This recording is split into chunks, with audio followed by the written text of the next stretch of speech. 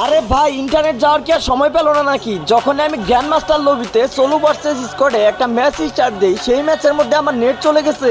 এইটা আমি কি দেখতেছি? আমি সেফ জোনে প্রায় 1000 মিটার দূরে। এখন এইখান থেকে আমি কিভাবে সেফ জোনের ভিতরে যাব সেইটাই তো বুঝতেছি না।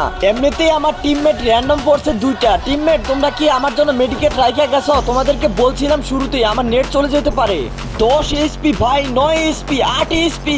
ও মাই গড, এইখানে এতগুলা মেডিকেট রেখে গেছে টিমমেট। আরে ভাই, এদিকে আমি মেডিকেট করতে ভুলেই গেছি। ভাগ্যটা মনে হয় ভালো ছিল যে এই ম্যাচের মধ্যে আমি সোনিয়া ডিমিটি নিয়ে আসছিলাম, না হলে তো এইখানে আমি এলিমিনেট হয়ে যেতাম এতগুলা মেডিকেট পাওয়ার পরেও।